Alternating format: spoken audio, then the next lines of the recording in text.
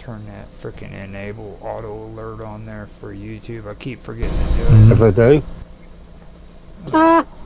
Alright, so everything seems to be good except for Odyssey. It keeps doing that shit where the screen is black and I have to freaking back out of the tab and come back into it.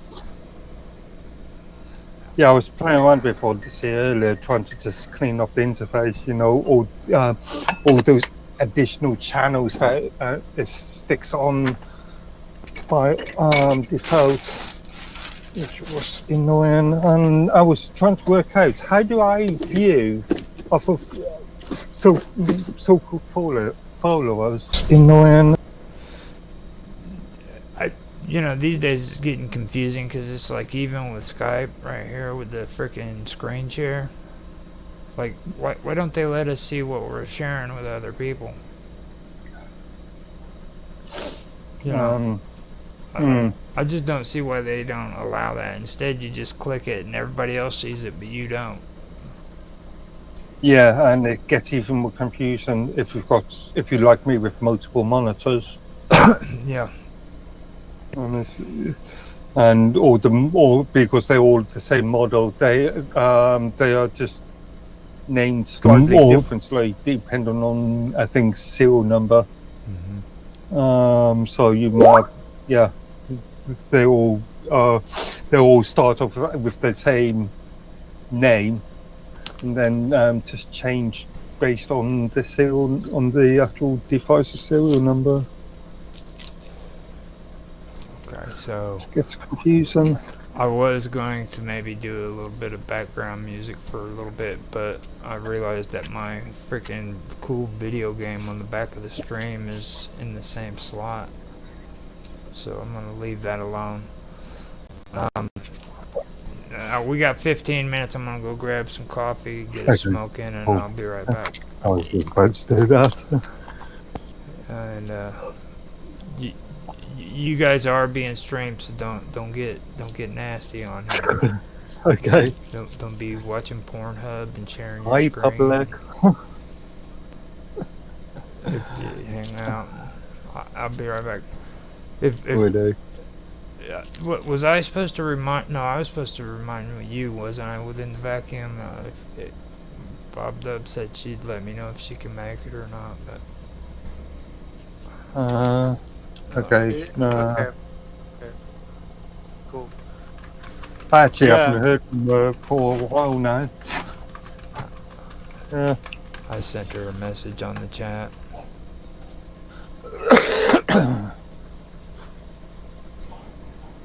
Get her in here.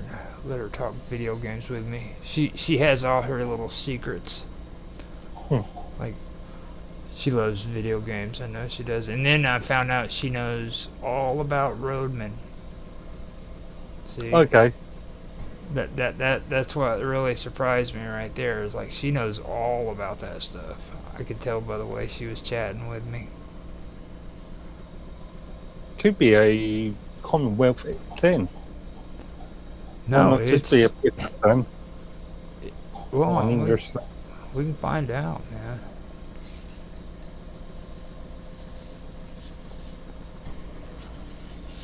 We can find out. We'll get the how they say the lowdown or the on it and find out. Okay, I'll be right back. I've got to stop fooling around. Go get that coffee. That's important. Cool.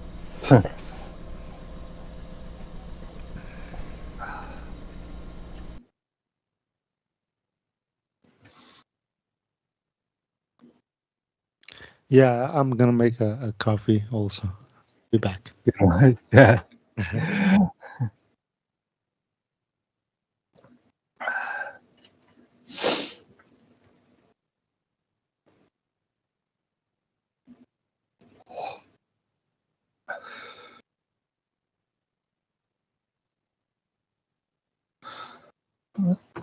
That's why I can't make sure about me.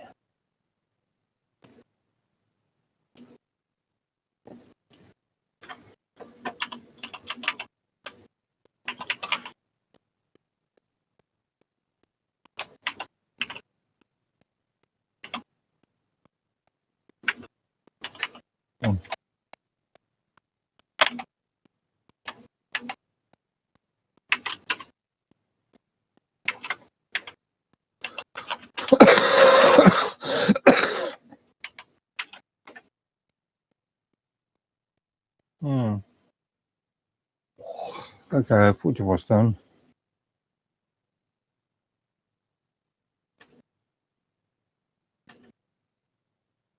One month ago.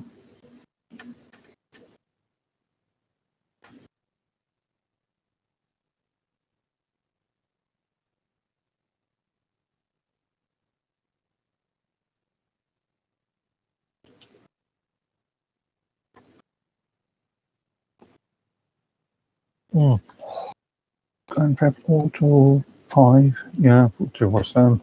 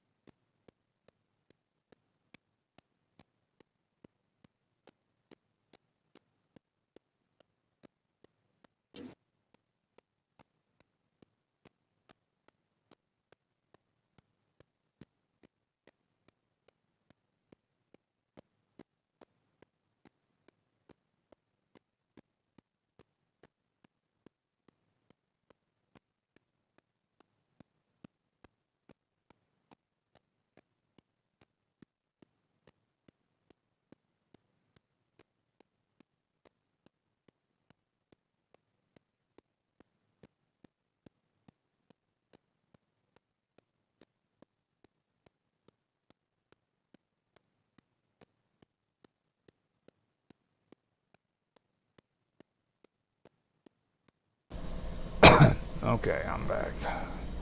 I went ahead and... Alright, I'm back. I just went ahead and grabbed some coffee and brought it in here with me and stuff, so... Yeah. I was just looking at the game I was thinking of in relation to anti-cheat was specifically Grand Theft Auto 5. Okay. So, whenever... yeah. I've actually had that as a topic in my first episode this year with the new games coming out, man. If you want to, you can kind of go into that and we can have a conversation about that too. Can do. Yeah. Because no, that you've got Linux-based game systems such as the Steam Deck and Valve working with the Wine project to create things like Proton. Yeah. And just, yeah. Now I've actually played around with that Wine program and I'm not really too happy with that thing. Freaking... I've been a Wine user for years now. Now, to be precise though, which one are you using? Are you using like Ubuntu or Mint or... Well, Wine is just a cross-platform, cross-distribution project, isn't it? It's just general open source, but I'm using open source.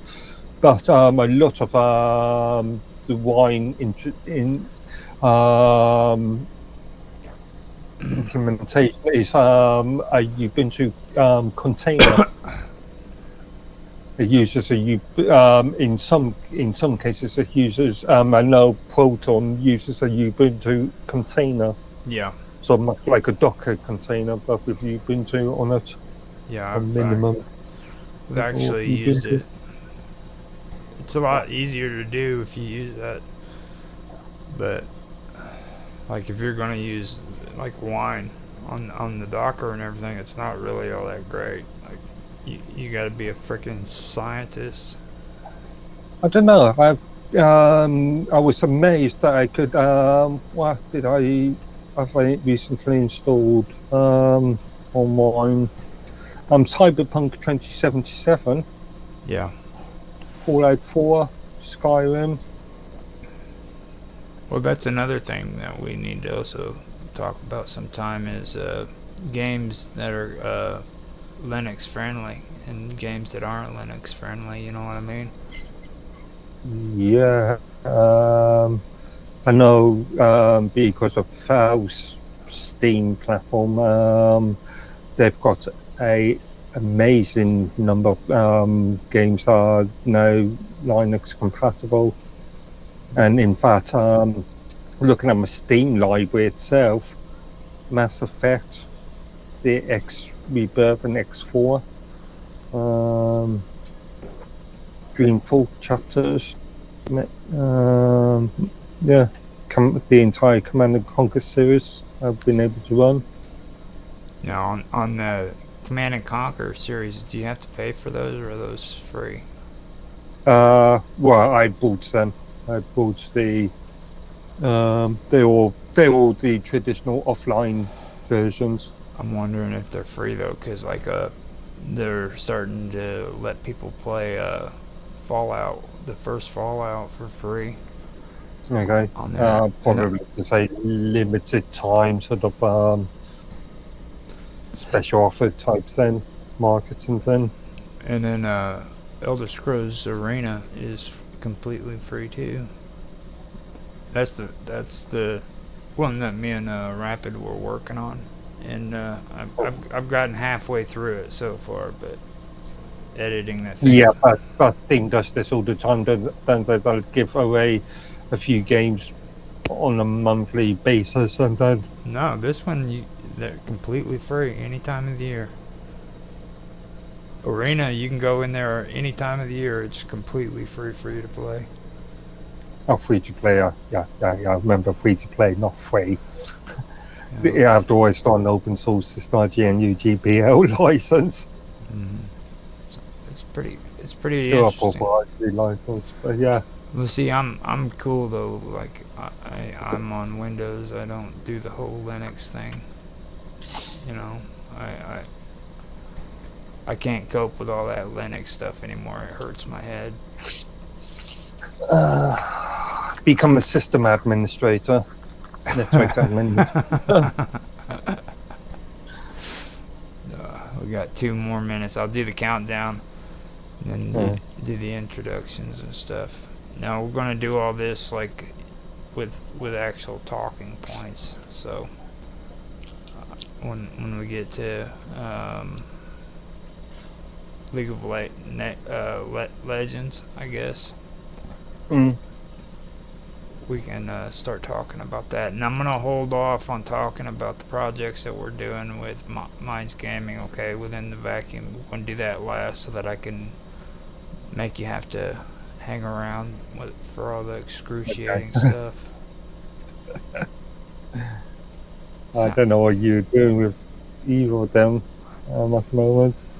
It's actually... a load of Yeah, sure. I'm here. Okay. Growing cup.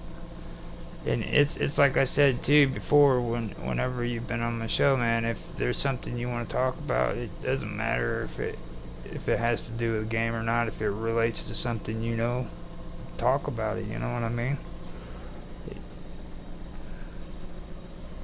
Especially when it comes to the internet. On this one, I'm gonna be talking about a lot of extra stuff.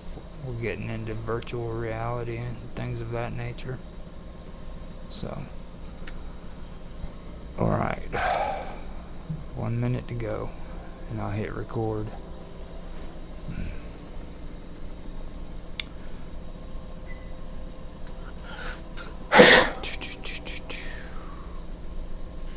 I hate that last minute. I really do. Do what all new Cafe Enigma does, do a countdown. Yeah, that's what I do. 5, 4, 3, 2, 1. Houston, we've got a problem. Okay, 3, 2, 1, now.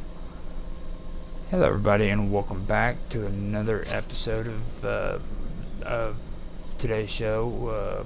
Gaming with Infamous is one of the names. Another one is Home Away from YouTube. You can put whatever name on it you want, I guess, just as long as you watch it. But I'm here, Infamous OG 1973, otherwise known as Roger Hansen. And today, back with us is Mark Edworthy. He actually showed up on time today.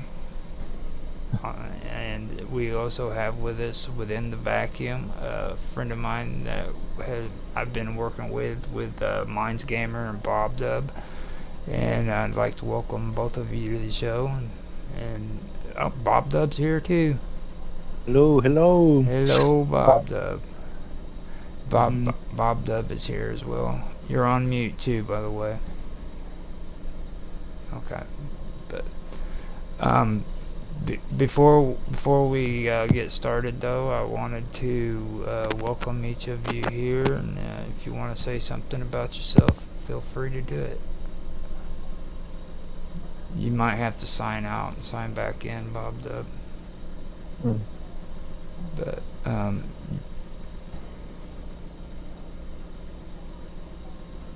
now, okay. Starting out, I wanted to welcome you guys here. If you guys want to go around and say a little bit about yourselves, feel free to do so. You want to say something, Mark? Okay. Yeah.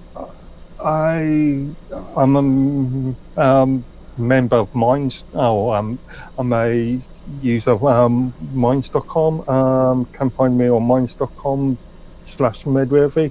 And my general interest is in technical, various technical elements. Speciality is in technical support. Oh, that's amazing. I had to say it. She said Bob Dub is having problems with her audio at the moment, but when she gets on, we can get her to say it too. You want to say something within the vacuum? Yeah. Okay, thanks for the invitation. Hey, you're welcome. And well, I'm a musician, producer, um, and also a member of the Infinite Imaginarium. Um, so from there, we develop a lot of crazy things, and I try to get involved in as many as I can. Basically, that's what we're doing, right? Right. Now, Bob Dove is typing in the chat. Says thanks. She said she missed Mark's introduction, and she said sorry about that. Mark said that's cool. So now, what we're going to do is we're going to go over some stuff, and as we go through, it's just talking points. But if you want to have a conversation about it, or you want to get into the conversation, we can talk about it. And if not, then we'll just go on to the next subject. You know what I mean? But the first thing I wanted to bring up was updates on the Roadman competition that I've started. Now, what it is basically a competition for Home Away from YouTube and for Gaming with Infamous, where you read a script that is written in Roadman. Now, this Roadman is slang language from the younger generation in England. And they got this cool new hip kind of slang that they talk. And what it is the person who can actually read it from beginning to end as well as they possibly can will be able to win a game key.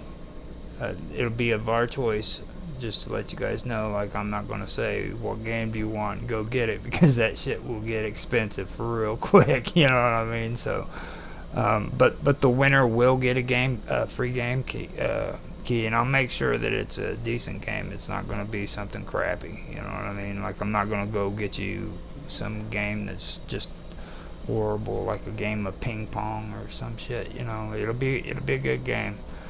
But I did want to point that out, and I also wanted to point out too that we have 3, possibly 4 possible contestants. Now,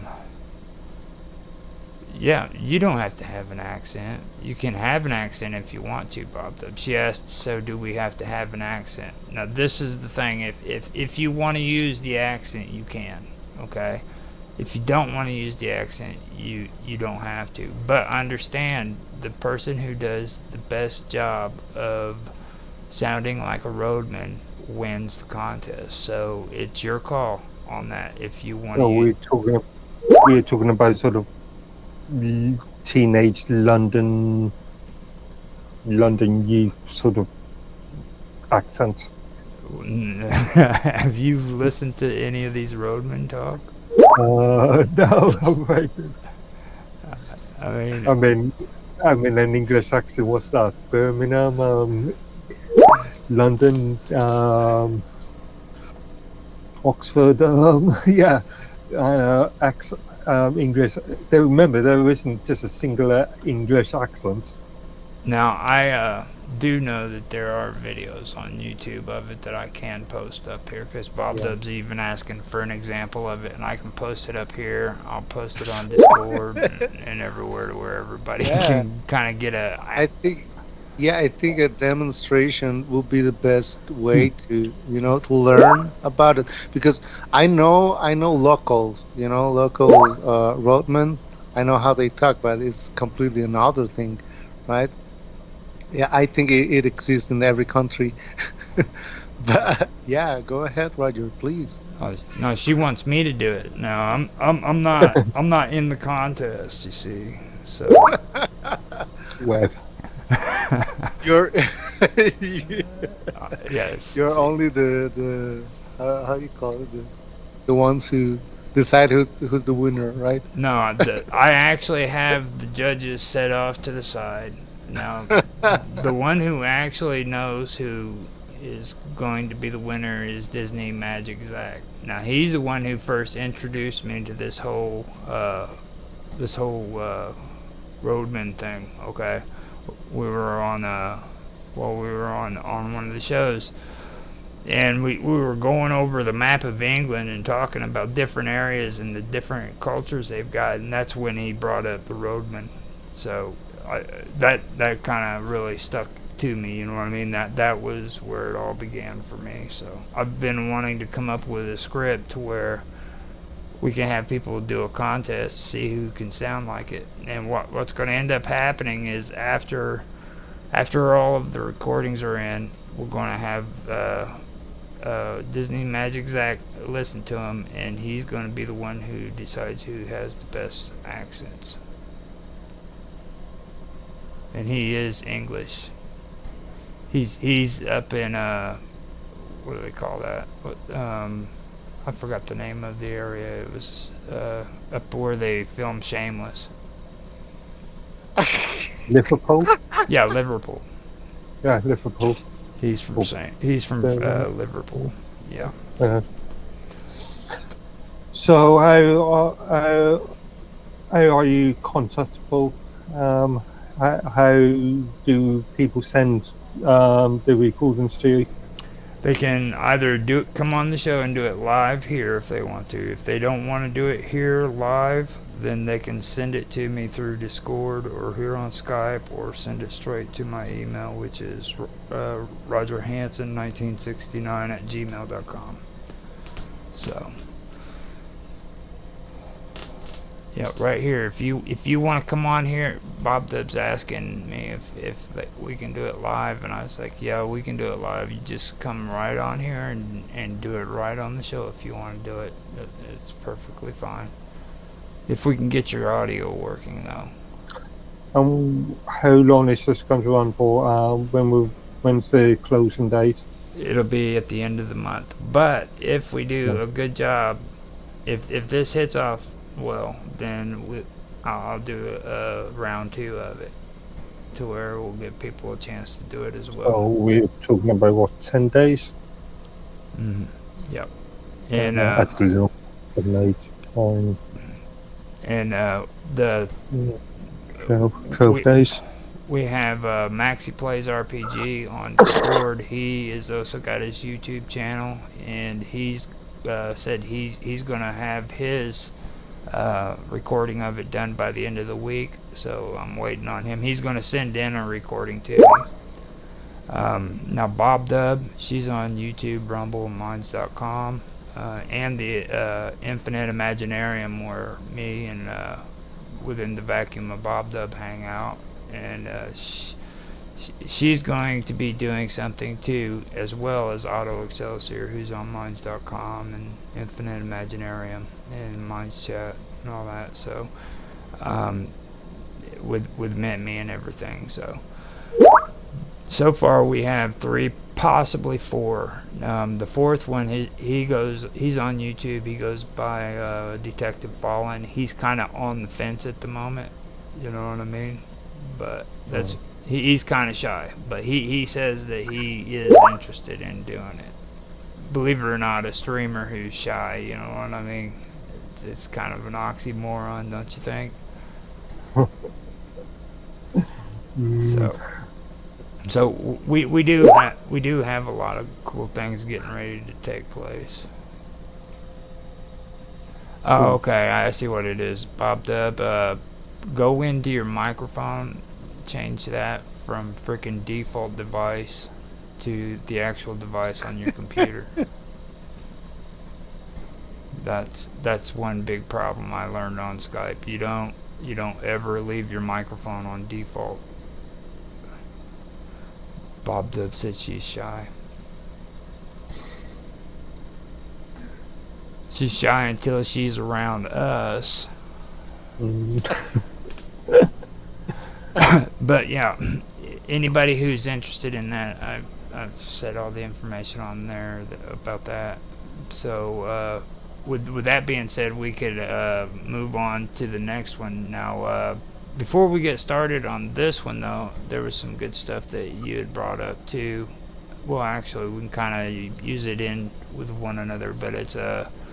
Um, I wanted to go through and talk about the updates on the League of Legends. Now, in the first episode, I went through and I did I did an episode where I was talking about their freaking finals that they were having, their championships that were getting ready to take place. Now, what this is it's like the entire season of 2024 for the championships, or for the championships is like the culmination, the last part of this entire season. So basically, they run their video game in seasons, and then at the end of the year, they have a championship playoffs kind of like on it. And the conclusion of the 2024 League of Legends esports season is pretty much, I believe it's going on right now. Now, the format for it is they're going to have 20 teams all together. 4 of them are going to be from Korea, 4 from China, and then 3 are from, I believe it's the EMEA, whatever that is, the Emirate. Is that the... Yeah. So Saudi Arabia and Kuwait and then that Northern Middle East. So after that, they're going to have 2 from the Asia Pacific, 2 from Vietnam, 1 from Brazil, and 1 from Latin America. All right. Now these guys. Yeah. Well, this is the weird part about it, though. I believe that the whole thing is supposed to take place in Europe, but at the end of it, it's actually going to be done in London. It's going to be right there in London whenever they're finally finished with it. I believe that it's, yeah. So I believe that's how it was when I said it the last time.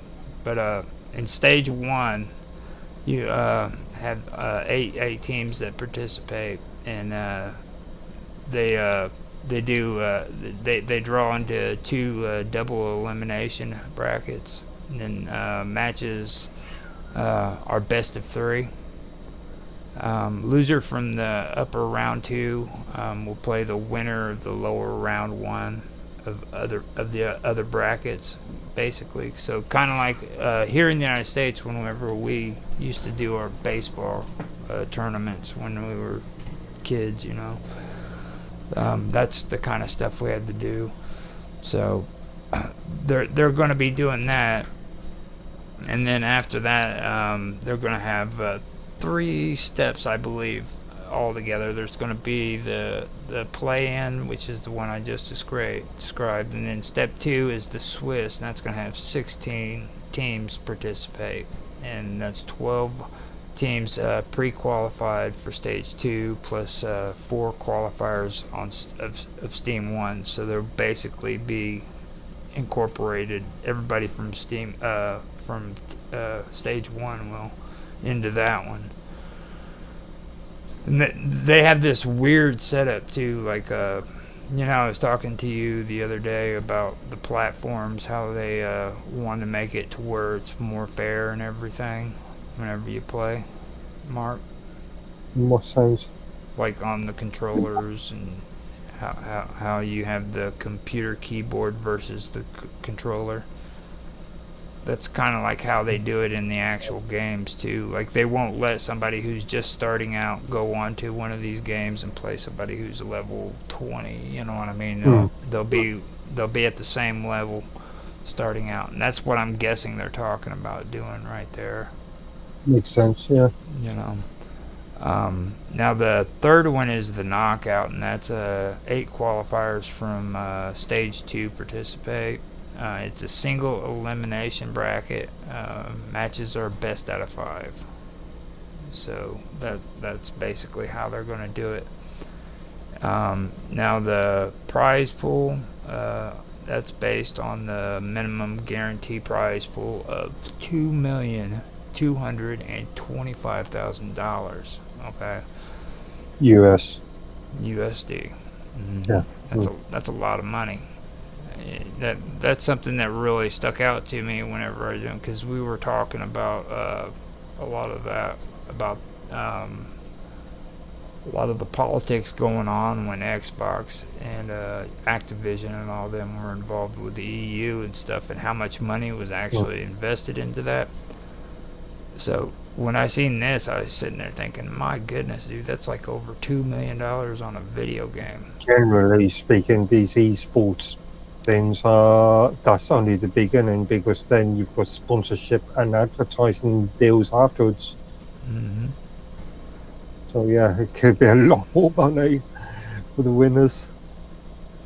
Now they say that not everybody is going to get the same percentage either whenever it comes to the winning teams. Like, they'll be allotted according to percentages. Like each person on the team will get a certain percentage added into the amount that they get out of the pool, you know. So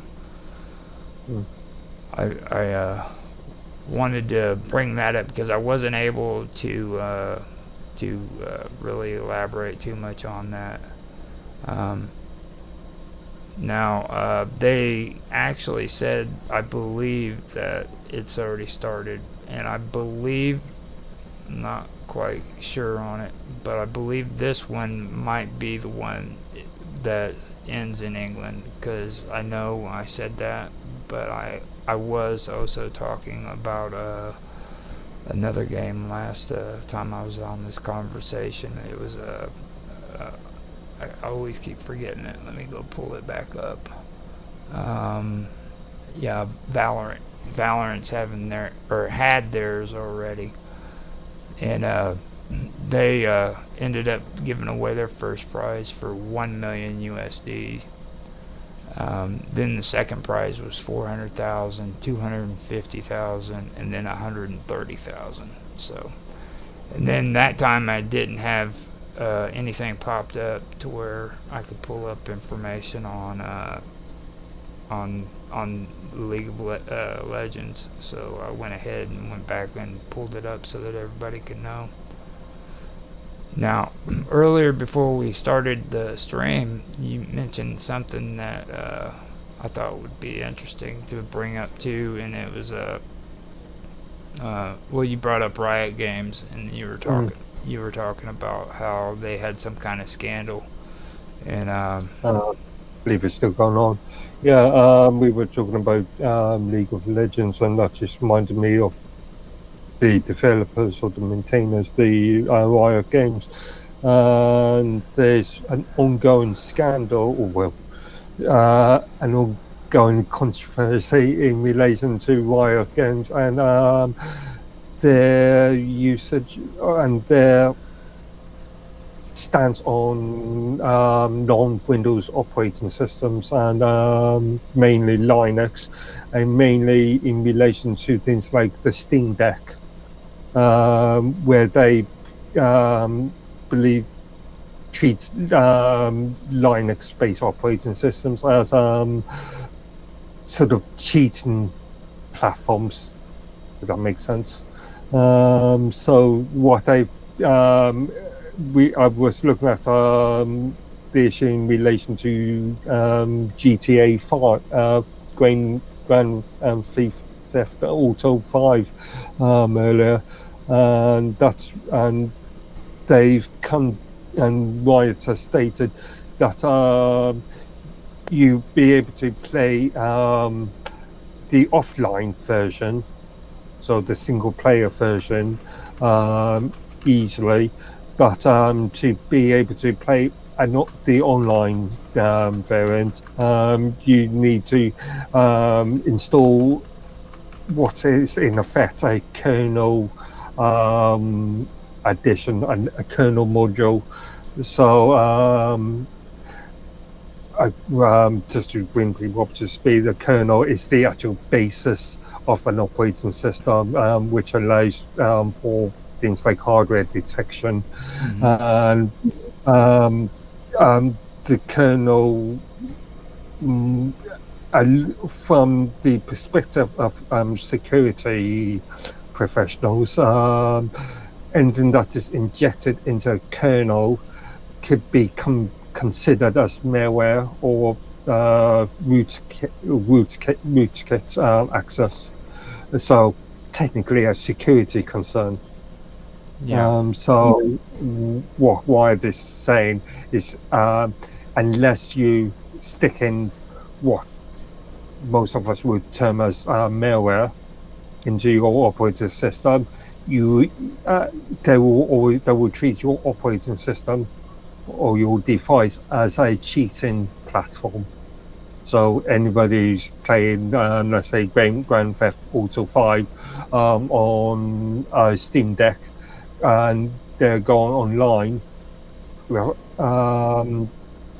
Wired, as according to the terms of service contract agreement, could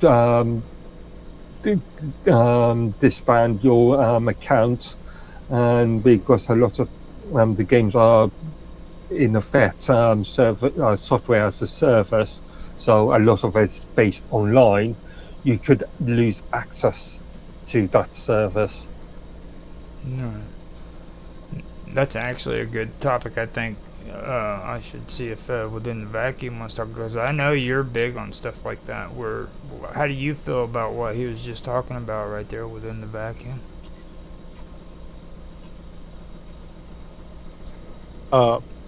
Sorry, Roger. I was at the kitchen, so I couldn't get the whole idea. But yeah, please go ahead.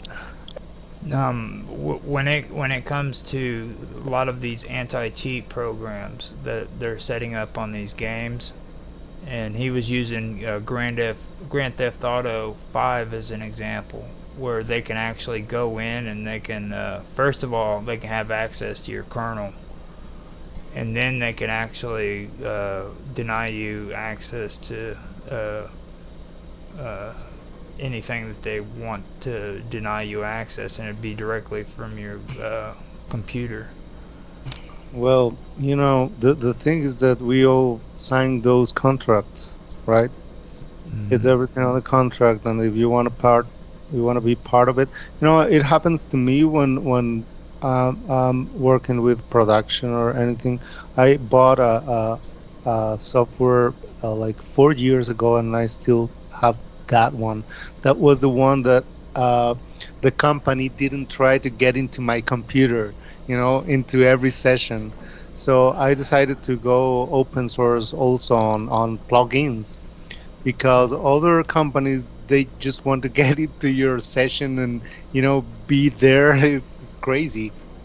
Now the justification is machine learning and AI and all these, but yeah, it's similarly in a way, right?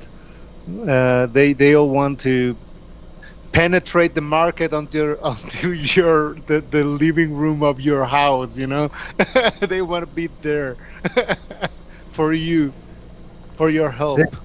This is actually a good thing that the EU or those EEA countries could be fighting against, because, as we all know, Europe has got more consumer-focused legislation, got more consumer-focused policies. So things like buying software or buying a product for making sure that it's being bought for the purpose of being used, or allowing the user to be able to use it for the purpose of what was advertised, as an example. And also being able to protect the consumer from anti-competitive laws. So in this case, stopping software companies saying that you must use Microsoft Windows alone for this product. Also allowing the consumer to have more control over their own privacy. this kind of goes into what we were talking about before with cross-platform gaming. Like and it's what really gets me kind of suspicious about it, because you hear the same language. Like for controllers and stuff like that, they talk about gameplay balance, ensuring that no single controller, no control scheme provides an advantage over the others is critical. You know what I mean? So in this, they're gonna go in there and they're gonna do all this stuff and set it up to where it's fair for this player and this player. But what's really the story behind that? You know what I mean? It just seems Yeah. it seems a little bit Yes. suspicious to me. In that sort of situation, you would need something like the ISO, IETF organisations to create a standardisation, an internationally recognised standardisation, which all these companies sign up to and agree to, like we have in the ISO world. I think Where, it's as a simple example, a piece of printer paper is always A4 or letter size, it being a simple ISO standard. yeah, I know what you're saying. In a similar sort of vein. I'm just wondering, thinking about the ideal scenario for that activity from companies. It will be like it is just forbidden to do it, but you can make a contract with the user and pay them to allow them to get into the certain features of the computer for analyzing or whatever, right? But they are doing it for free, Yeah, right? mhm, It could be a business. exactly. And like with Riot, just before we started this stream, I was talking with Mark, and we were actually talking about the League of Legends, because he thought that it might have been the League of Legends. So we went to Riot Games, and I found out that, like, these are the same people who in, what was it, 2023, they had to cut 43 employees on layoff, but they also suffered a cyber attack that stole the source code from the game. Then there was a team fight tactics and anti-cheat platform on this supposed anti-cheat platform that hackers were able to get into, and then they turn around and they freaking sold the stolen data on the dark web for like 700,000, I believe is what I said. 700,000. But the thing is that these game companies, these game production companies, are not that those fluffy, nice lit people that are wanting to give you entertainment. They can be very unscrupulous and can be quite dirty. In the game production business market is a dirty game, in effect. Especially when it comes to employees. I all the time companies laying off employees or putting them on very limited contracts, and then forcing their full-time employees to work extraordinary amount of hours at very little pay. I mean, look at employers like Jeff Bezos as an example. Not the most nicest of people. You want to test your audio, Bob Dub? Oh, she still can't. Yeah, you can't hear you. That's fine. It's fine. At least we can see you. If you want to make any comments, remember to type it in. Oh, got the kitty cat too. Cool. And if you want to make any comments, just make it in the chat, and we'll make sure that it's being said. So now, that right there was actually a pretty good conversation. That's the kind of stuff that I think people really do need to hear. especially when it comes to Grand Theft Auto 5. Now they're getting, I believe they're coming out with plans for part 6 of it, you know what I mean? And it's been pretty much a staple when it comes to their games, Rockstar Games. They just basically have to depend on this game, you know, so I think it's important that people understand that whenever they do get on that game and they play it, that this game is actually able to reach into your computer and freaking much dictate to you exactly what it is they freaking agree with and what they don't agree with. Potentially. You know, I will caveat that with potentially. potentially. Okay. Yeah, because again, circumstances and legislation depend on which country you're in. Now, after that, I did want to get into this whole thing that we were having a conversation on Minds Gaming's show last night, where we were doing the scripts and everything, and what it was Do Better came in and he was talking about making an app, and previously before that he mentioned about Roblox.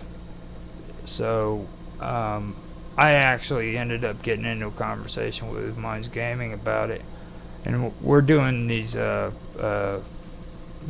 projects together, which I'm not going to get into it all right now, because what I want to do is I want to focus on the Roblox part, because I did find out some more stuff, and I'm not a big Roblox fan. You know what I mean? I've actually played Minecraft, so I know about Minecraft, but I've refused to play Roblox. just so everybody knows, but you know, and I want people to know, because that's something that I really need them to know. I do not play Roblox. But I went in and I found out some interesting stuff. Okay, now through this kind of goes into what I was talking about in my first episode this season about virtual worlds, and what Do Better was talking about with Roblox and Roblox Studio. You can actually go in and you can create freaking your own games on there, and you do it through Roblox Studio. Now, I went in and I found out some information about it, and I found out that Roblox uses a powerful program called freaking Lua. Or the Lua scripting language is what it is. Yeah. Lua is used in a lot of applications. One of the most famous ones I can think of is a couple XMPP server frameworks, so instant messaging, old-fashioned instant messaging frameworks. Lua is used as a configuration format. Yeah, see, and that's what I believe Minds was talking about that just before we got on here, where it reminded them of it. For me, when I looked at it, it reminded me of like Unity, but easier. You know what I mean? Because you can see with, you know, I didn't do like a deep dive on all of it yet, you know what I mean? But I did look at like, you know, trailers and videos and stuff of what it was all about. And to me, it looked like it was aimed at kids, to where kids could actually go in and do something and it would be fun. It still had its complications, you know what I mean? Like they couldn't be like little 4, well, maybe these days, you never know, but they'd have to be old enough to understand, you know, the basics of coding, and it was just like Unity but easier is how I see it. So it reminds me of a project that was popular in the late 80s, early 90s. A piece of software called 3D Construction Kit, created by Virtual Reality Studios, which was available for what was it? Amiga, Atari, ST, Econ Archimedes, and MS-DOS. And it allowed you to create a sort of virtual reality world and create scripts. Created scripts. So, as an example, if you want to trigger on a door or something, you could create a script to do that. It just reminds me of a very, very old program.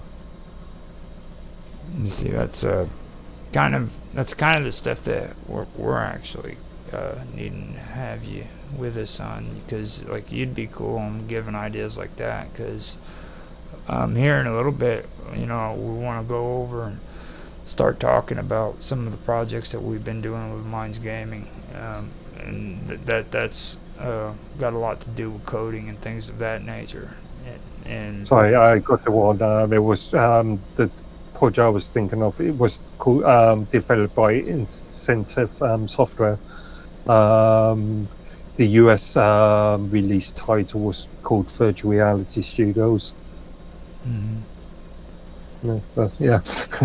Now, I also mentioned before about Roblox, using NFTs in Roblox. And the one thing I did want to point out, though, I did check further into that, and I found out that it's important for everybody to know that NFTs can only be used on Roblox. You know what I'm saying? Like, they can't be withdrawn or traded or anything outside of the game. So, like, if you go into this game and you're wanting to use NFTs, it has to be solely for that game. So much like I don't know, World of Warcraft elements. You can buy or you can collect a uniform from another player or a weapon from another player. And you also have to understand too that, like, because it's on Roblox, okay, even though you can't take it and trade it off of the thing, they will raise in value. You know what I mean? Your NFTs will raise in value. I don't know how you, as long as there's a market there, obviously. But I don't know for sure how you would be able to freaking benefit or profit from that. You know what I mean? If it's on their game, but I'm just. Do you own the full license to that, or is the license still controlled by the developers of Roblox or the person that's selling it to you? I would guess if you're creating it, you know what I mean, it would be to you, wouldn't it? See, I know projects like Unity. It doesn't matter if you create this game yourself.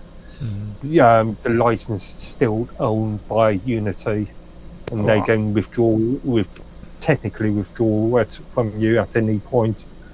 Yeah. That's something that I will check out, and I'll find out on that one, because that's important. Minds Gaming said he finally got the Unity engine, so I mean, it's a good idea to just go in there and look at it. You know what I mean? It can't hurt, to be honest. It just Roblox Studio is what it was. I said engine, but he went in and got it just today. You know, and it's good to look at. I'll find out about the NFT thing, because, like I said, well, when you create that NFT and you put it on the game, does that belong to you still? That's a big question. You know what I mean? Or does it belong to or is it the property of Roblox the moment that you put it on there and create it? So I think that's something that and if it belongs to them, then what restrictions have they implemented? Right. Well, for me, I would have a problem with it, because, you know, it's something that I created. It shouldn't belong to them, you know. So again, it's the old terms of service point. Yeah, and Bob Dub mentioned it, if the copyright stays with the artist. Yeah. You know, that's a good point to bring up. Um, I I really don't know, to be honest with you. When I have no clue if the copyright does stay involved with the artist. So that's something that I do need to check out. We'd I, like to, yeah, we'd like to review the contract personally. and later on, I can post it up and we can put it in the Imaginarium and maybe get Mark to actually show up in there and be more active with us. We're like always doing stuff in there, right? Like you can come in there and hang out with us.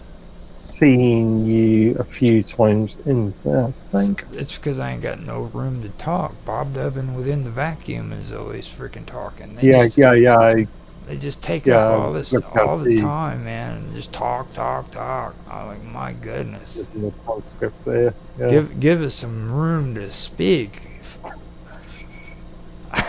Just typing now. But yeah, that brings us to what I wanted to talk about within the vacuum and Bob Dub. But we are doing projects together, and then we're working with Mons Gaming. There are a few of them that I want to do talk about first, but I want to go through each of them. Now, this glitch is the one that I wanted to kind of get into and talk about glitch and what it's about. Particularly the fact that you have to use A-frame in this program. Alright, and this is all about artificial or virtual reality worlds, which is a topic that I brought up, and I thought it would go perfect for kind of like going a little bit deeper into what I was talking about the first time, because they're saying now that in the gaming community this is going to be like, it's going to be the way of the future. You know what I mean? You're going to see more and more games go in to virtual reality. The entire metaverse argument, I'm skeptical. Let's just say I'm skeptical on that one. At least in the at least within the next decade, I can see that happening. After all, meta platforms, Facebook's metaverse thing has not really been, well, has not really had a very huge market take-up. And it's been 2-3 years now since it was first introduced. Well, I mean, to be fair, I remember 12 years ago being able to go on freaking browser, virtual browsers, worlds. I've spoken to you before, the concept of VRML back in the 90s. Things like, I think, was it Alpha World, which was a very popular but short-lived project back in 98, 99. And I've been to various sort of virtual reality conferences, so sort of seminars that's done in sort of virtual reality sort of worlds. And that was a big thing back in the late 90s, early 2000s. Mhm. But yeah, never really took off, or you don't hear about it that much these days. What kind of cool stuff did you hear about back in the 90s and the early 2000s at those seminars, man? Well, a lot of it was just a load of marketing, boring business seminars and stuff. Again, a lot of companies, they try and flog their wares, and coming up with the sort of futurology sort of arguments. The sort of Jetson sort of arguments, by the year 2025 we'll all be flying, driving around in flying machines, and I don't know, we'll all be on the moon, space 1999 like sort of concepts. Right. Now, that that brings me to Within the Vacuum. Well, no, now that you mention it, yeah, it's like, you know, suddenly I'm a billionaire. What should I do, right?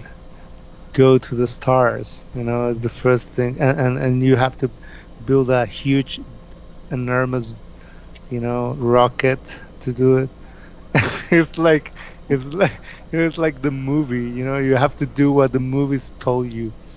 And I don't see much originality on that, but anyways, the VR, I remember a couple of shows actually from the 90s that were very popular, right? This guy who was doing like quantum jumps, and this other VR5 I recall. But yeah, it's interesting.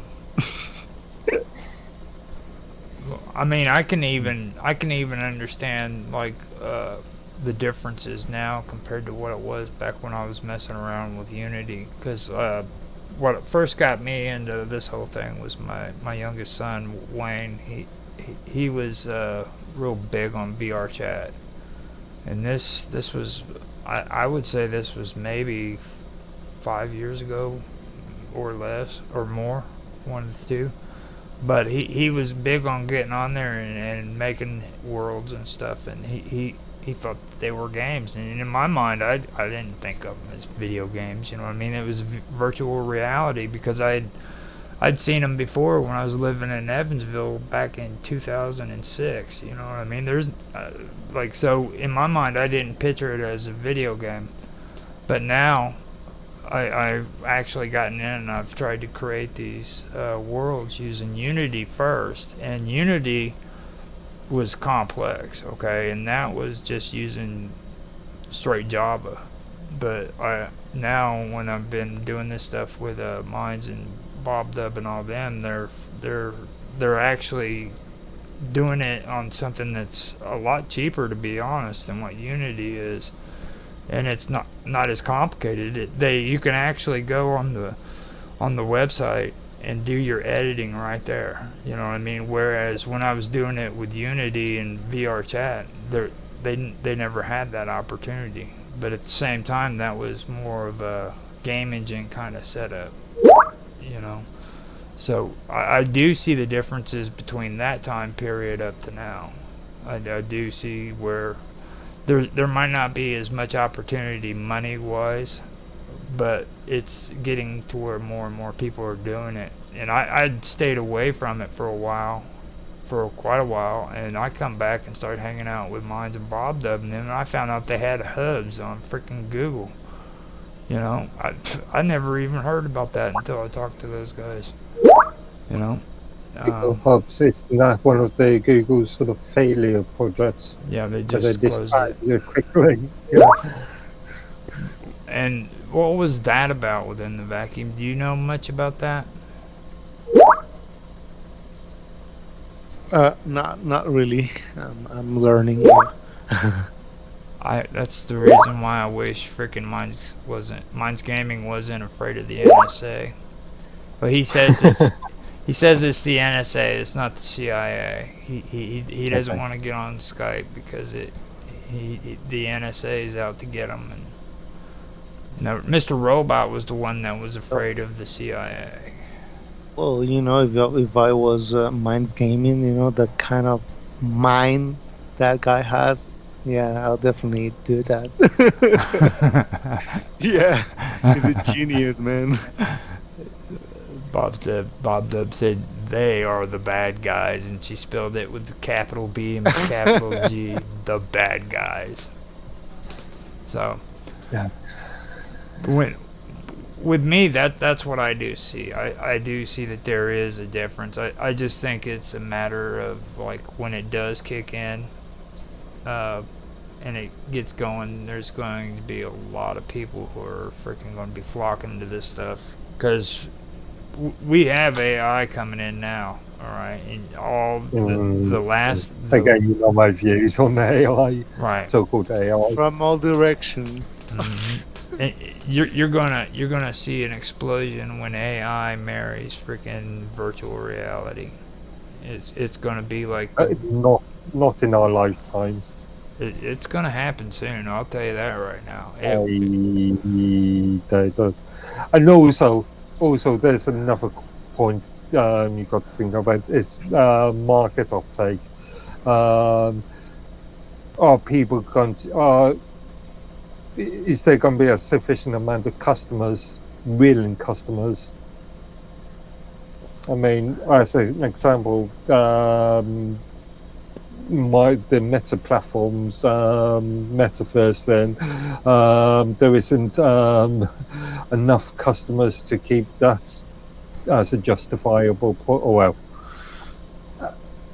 fair. Well, maybe as a long-term sustainable product. Mm-hmm. No, to me, I think that would have to do with more of interest, because like you have big players in this game. Like you've got Facebook that's got their freaking virtual reality thing going on there. I've said on the general's chat room many times, can lead the horse to water. They cannot make a drink. Mm-hmm. It's old people's stuff. Young people are not mainstream, you see. That's the thing.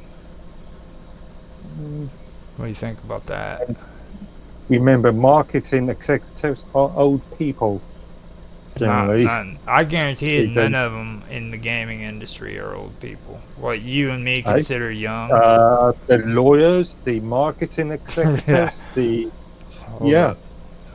senior salespeople. I guarantee you the oldest one of them is probably in their late 40s, and he's the freaking pioneer. I guarantee you. No. These remember that to have a good marketing executive or a good lawyer, that requires experience. And experience only comes with age. Bob does bring up a good point in here. She says FB and GOG, or GOG, how she spelled it, but GOG is, I'm thinking that's what she was talking about. Galaxy of Games. No, I think she was talking about Google. Google. Okay. Now they're followed by old people. Now I know this from a fact because I'm always around my nephews and my son and everything. Now, the average person their age, they don't even care about Facebook. You know what I mean? They don't care about Google. I'm not so sure. Facebook is the major player when it comes to the social media text industry. And YouTube is the major player in the video industry, video social media player. I didn't say Google YouTube. is the major player in the search engine facility, and because they can get the market share because they've got the money to advertise. They've got the money to. Right. How many times have you switched on? Not that I watch TV these days, but how many times have you switched on and seen a Google advert compared to, let's say, an Odyssey advert? Oh, that's you're talking about who's the big dog in the freaking pond, though. That's what it. Yeah. I mean, you know, and you can't compare Odyssey to Facebook, just like you can't. Now you can compare Facebook to X. You can compare them to Instagram. Okay, YouTube to Odyssey, because that's much more of a level playing.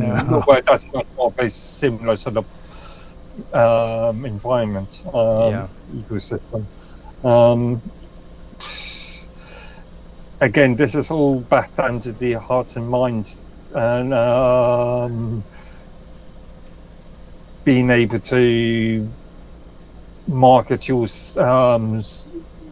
products to the appropriate demographic, to your wanting demographic,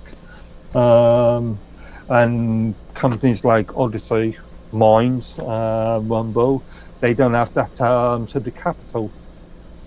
And see, this is the kind of stuff that I was wanting to get into to talk about, because we were, what I was getting into was glitch, okay, and don't get me wrong, working with A-frame is freaking horrible. It sucks. You know what I mean? It really, I'll tell you, but they do have a system that's set up there that works, where you can go in and you can do this stuff virtually free, you know what I mean?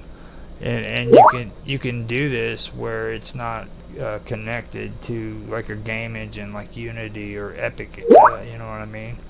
So I find that's a pretty good thing. And it still has a long way to go, but I really think that it's a good idea to really take a look at that if anybody's interested in making virtual worlds and stuff of that nature, Just out of a point, you keep on talking about A-frames, but you've not explained what an A-frame is. A-frame is a language. Okay. It's Okay. the A-frame language. Like you have JavaScript, you got freaking JSON. They like Fortran, Lisp, C. Yeah. Yeah. I've heard like a few years ago about the metaverse from Meta, and it was a completely failure. I heard, right? They lose a lot of money on it, and they have nothing yet, nothing that worth, like really marked a difference between what they are doing.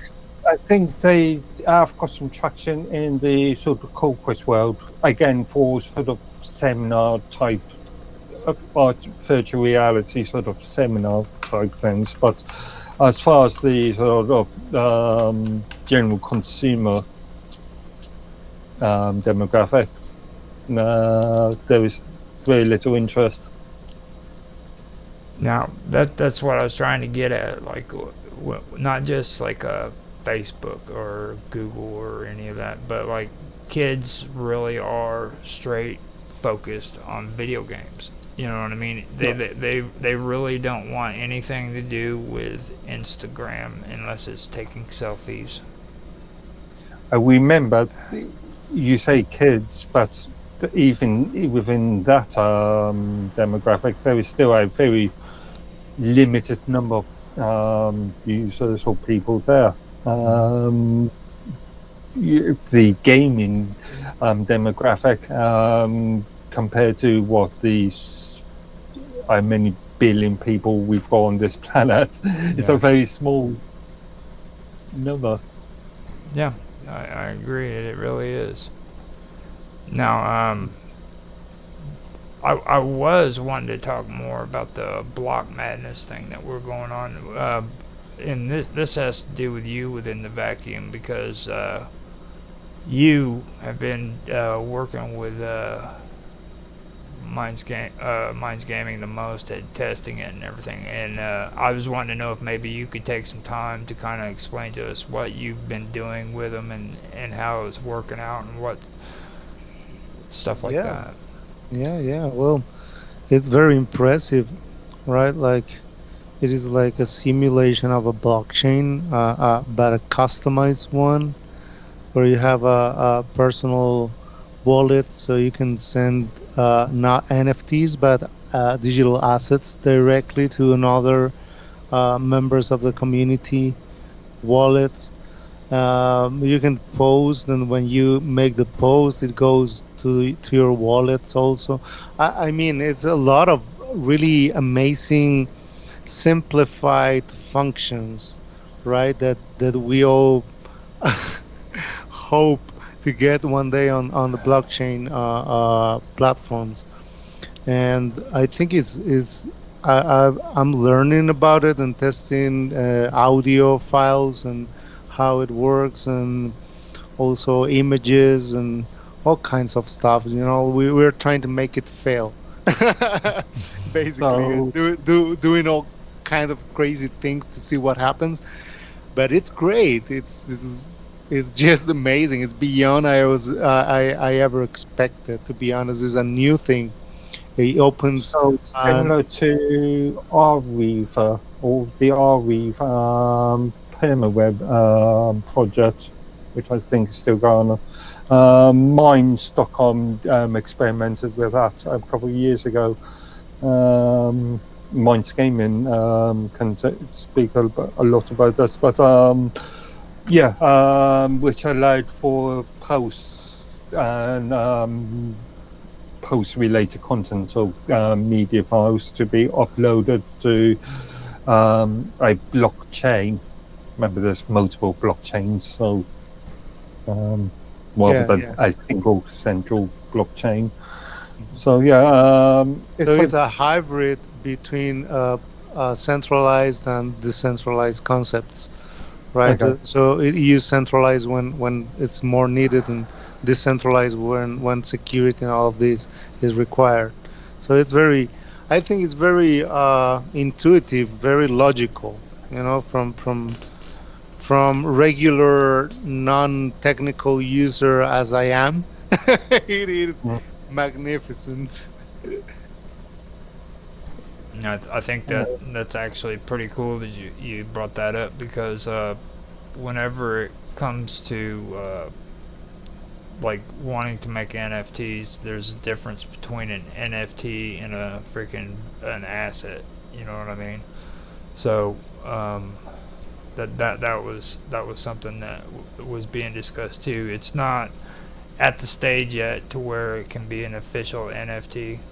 And the blockchain is specifically local. You know what I mean? It's not hooked into a blockchain for cryptocurrencies at the moment. It's just being worked on right now. So.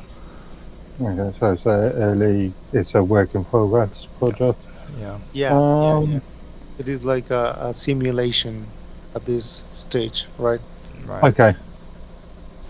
And it is really cool. By the way it sounds, it's going to be something good, because we've been working together now on working with MintMe and doing stuff on MintMe together, and then doing Glitch and setting up like a VR world where everybody can meet and talk and discuss things and stuff of that nature. So and sorry, Roger, I was remembering a conversation with my Minds Gaming about it, and I was telling him once when we had the rooms at the hubs, right?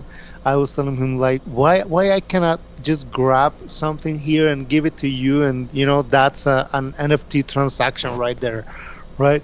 And I think through this approach that he's taking, that will be possible in no time in the rooms that we are building with Glitch, right? Yep. Yeah, I agree with you. But the problem with these things is still vendor specific, so you can only use it with a certain platform. One thing that we'd like to see when it comes to these blockchain technologies is sort of a sort of standardization throughout multiple platforms, such as what Mastodon is attempting to do, and IPFS is trying to do. So you can implement these APIs into other platforms. So if, let's say, I want to share my content from Facebook to Minds, I've got a single infrastructure that I can do it via. I've got a single mechanism to do it via. Sure, and then you can build smart contracts into new apps from there also, and create crazy things, and on distribution split for artists and collaborators. And I'm looking at everything. I look on this is from the artist and music perspective, right? Because that's my thing, but you probably have a lot of many uses. But yeah, for music it will be great to be able to do that. And we've been thinking about the creation of a platform for music that try to basically get back the 70% that the middleman was getting it to back to the artist for the first time. So basically that's the idea, and to be regenerative ecosystem with artists and listeners and right. So yeah, this looks very promising for that kind of concept. No, Yeah, but, but again, my viewpoint is all about standardization. yeah. In the IT world, it's all about standardization. I've got let's say document that I want to share with you, and you using some weird application, and therefore I can provide it to you in a, let's say, a PDF format, and we can both use it. So yeah, it's that standardization concept that more intrigues me. And I Sure.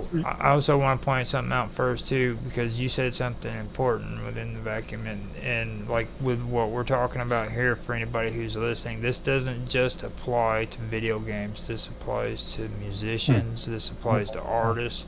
You know, this project that's going on is something that goes even beyond video games. You know, and it could be a part of video games if you're like wanting to, you know, become a creator, create your own engines and stuff like that too, you know, things of that nature. And then within the very broad definition of what the creative industries. Yeah. Well, I personally believe that an artist is a musician. A musician is an artist.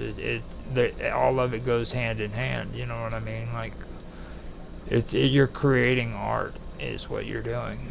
Like, so that's how my view is. All musicians are artists, but not all artists are musicians. Well, that's true. Yeah, but you know, the thing with music is that big companies are getting all the legacy artist catalog, right? Which because they probably will go to tokenization programs, right? Like we have Sony Music right now looking for ideas to build a platform on Web3. They will have to deal with trust first, I guess. But the thing is that we can build and create a catalog, a treasure for music and art that belongs to the communities. So that'll be great, like to back, to use as a back for a token, for many other things in the community, and value as well. Only issue I can see with that is when you buy, traditionally when you bought a medium, so may that be a book, may that be a CD, may that be a tape, may that be a computer game, you don't buy the content, you buy a license to use that content. You are buying a license to own the physical products there. So whoever's on that physical product, you aren't buying. You are only buying the right to access. This is traditional in all kinds of industries, especially in the music and games industry.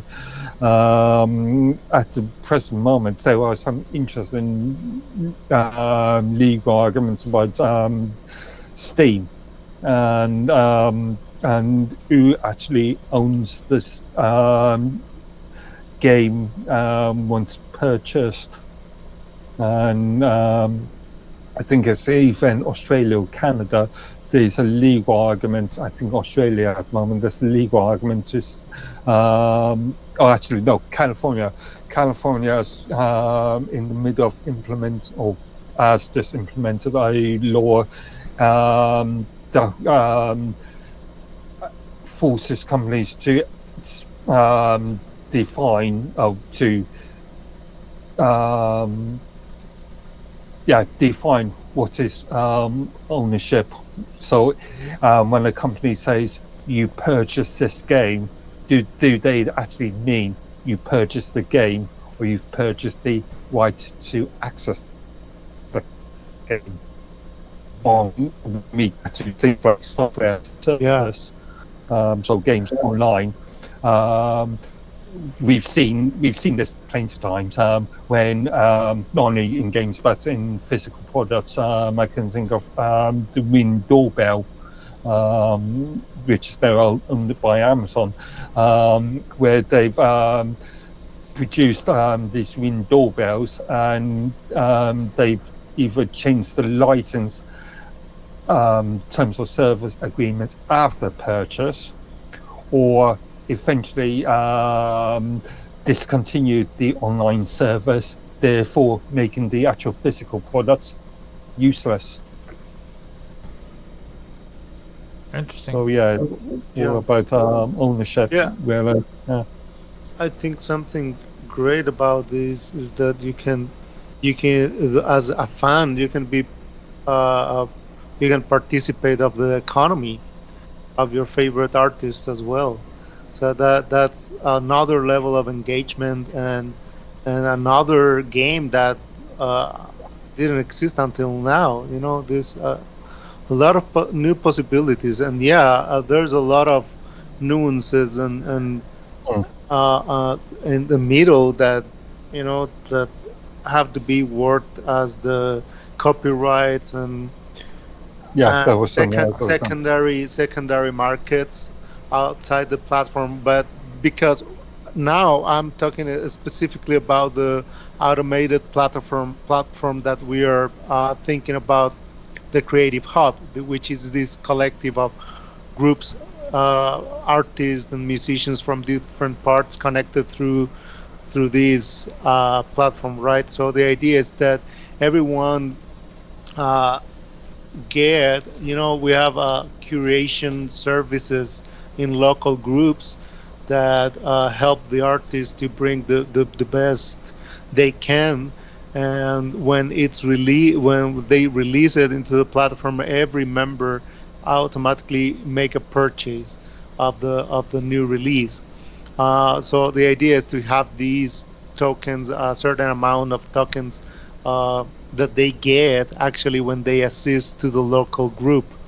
So that's actually the point when it became regenerative, when they get these tokens for assistance.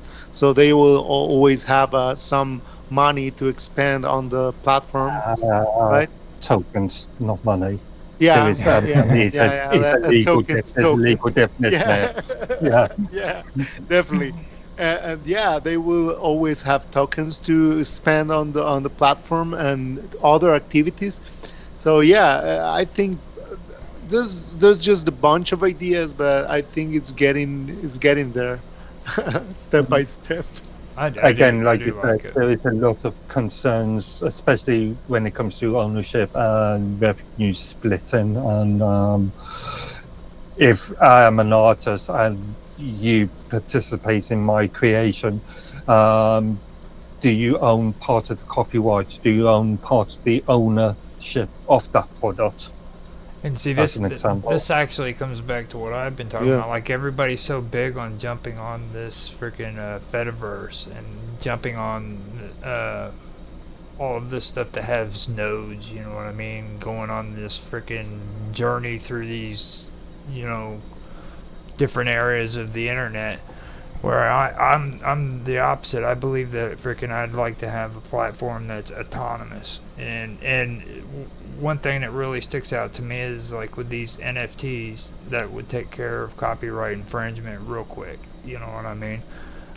Get something set up through an NFT to where you could take the NFT and say, look, this is mine. And then whenever you want to sell something to somebody else, you are selling them that NFT. It officially goes from your hands to his hands. There's no more me saying, look, man, that's mine, I want it back, and vice versa. So with me, that's what I see about it.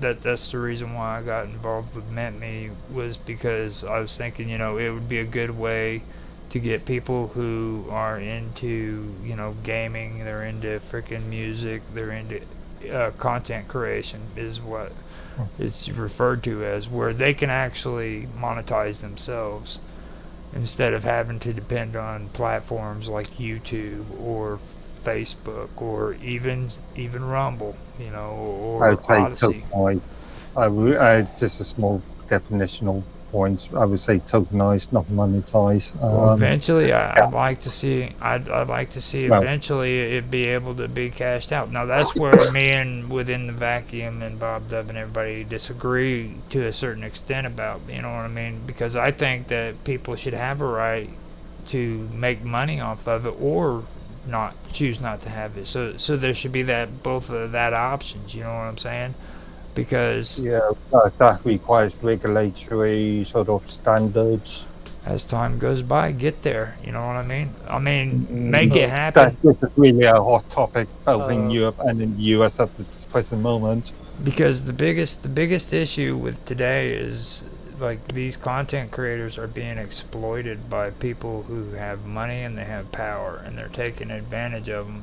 It takes at least 2-3 years for a YouTuber on YouTube to actually get pennies on the dollar for the videos they put on that platform. And they turn around and they look a blind eye to it because they have no other options.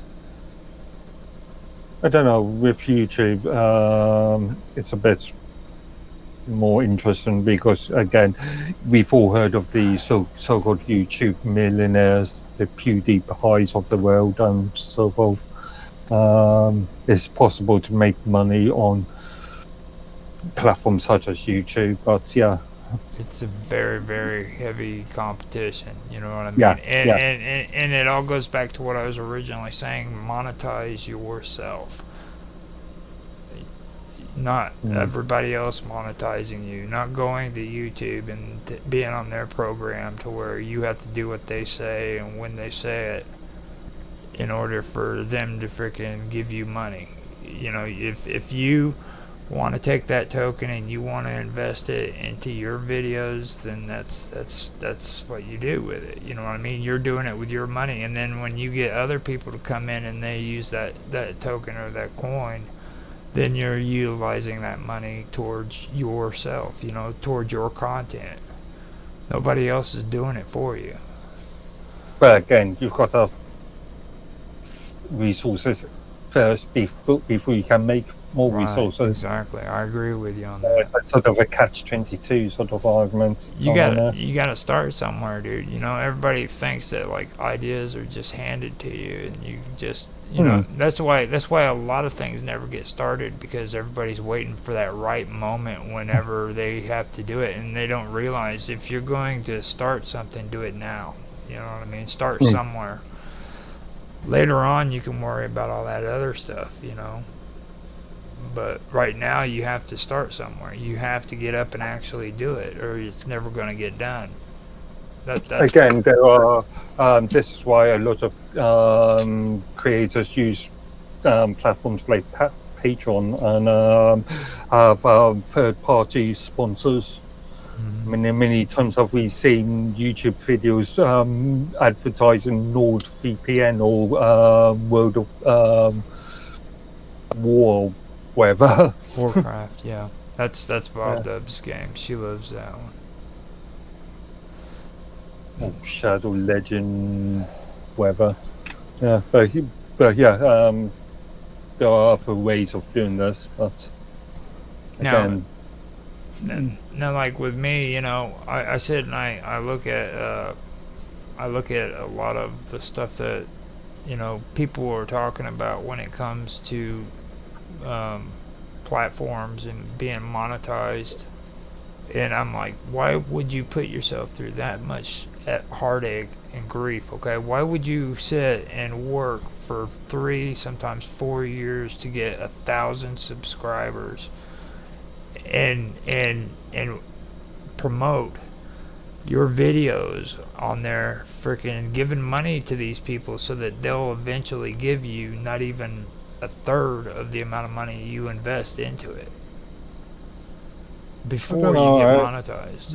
Like I said, YouTube has got an interesting various programs. I can think of quite a few creators that sure, their income may be a bit fluctuant, might fluctuate quite a bit, but they still use YouTube because they know it's It's because their big income. they know they can use to Is what they have. There's no other option. Right. The thing is what that creates is a lot of cheap content. I really admire, like these uh, uh, when they invest in to create a like real deep and good content. But yeah, it's many aspects that I really don't pretend to be a content creator or anything, You're right? an But artist. well, You say cheap content, but again, this is all about market forces. If people exactly. like to watch that sort of stuff, then those creators will get the subscribers, and therefore they will get the profits at the revenue at the end of the day. Yeah, it's part of the market. It's I have a lot of fun with some meme sessions that I have. Yeah. Okay, I was wanting to talk about dual console strategy games, but I think I'm gonna cut it short on that one. Like, it really wasn't very interesting, other than the fact that they have Halo Wars 2. That one kind of reminds me of the old Command and Conquer style game. I didn't even know that game was out. I know they have like this platform where you can go on and play Halo for free now. But I just recently found out they have like Halo Wars 2. I was like, what the heck? And it looks just like Command and Conquer's setup where you build your base and stuff. Like a real-time strategy type. Yeah, I think isn't Halo meant to more for traditional first-person shooter type? Yeah, that's what's so weird about it. That's exactly what was so weird about it. Yeah. And then they also there's also another game called Crusader Kings 3. Yeah, I remember the first game actually. That one reminds me of freaking what was that? Age of Empires. In the RTS. So I mean, now XCOM, I don't even want to talk about XCOM. That pisses me off. I can't beat that game. I got past like 2 of the levels, and ever since then, those freaking aliens just keep killing me, dude. I apparently cannot do strategy whatsoever because I keep dying, and then like my budget will run out. Okay. So those were the 3 things I wanted to mention, but other than that, man, you guys got anything else you want to say about the Block Madness and Glitch and what? I was gonna talk about GameFly, but GameFly? Yeah, GameFly. It's the chat that we've been using on our meetings and stuff. Okay. It's kind of cool, but later on maybe we can get into it when we can come up with another topic concerning this, because I think that's actually pretty cool. It's like an actual chat that we use with Glitch, to where we go in and we have our hangouts. And, for proprietary platform. It's ours. It's kind of like how it's how freaking Jitsi is. So an open source AGPL Yeah, license. Okay. it's pretty cool. So I mean, later on, you can. Oh, go ahead. Go ahead within vacuum. No. You can mix it and create little worlds, open source worlds. Okay. It's pretty cool. Yeah. Yeah, I thought it was pretty cool too. Later on, man, we'll get back on here and we'll do some more talking about that, because I thought that was pretty cool. I thought that last week it might have been that one. I remember back like 10 years ago they had this roulette thing where you could talk to chicks and stuff. And I was like, I asked Minds Gaming if that's what it was because it has a little pink penguin or pelican on there. And that's what I remembered from that one. And he's like, no, it's not that one. I need to shut up though because every time I say that, I'm just telling on myself. You know what I mean? So. So, do you have anything else you want to say within the vacuum? Not really. Go on, yeah. So we've pretty much covered all the talking points that I wanted to cover tonight, and I apologize to everybody for having to reschedule for Saturday. These guys already know because I told them before, but I'll let everybody, if anybody watches this regularly, what took place is I had an exterminator that was coming out yesterday.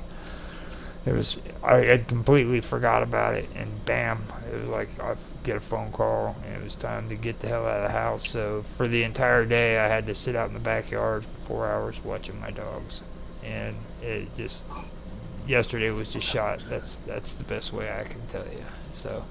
Yeah. Not only that, I've been suffering from a cold myself, and the last couple of days have been really croaky.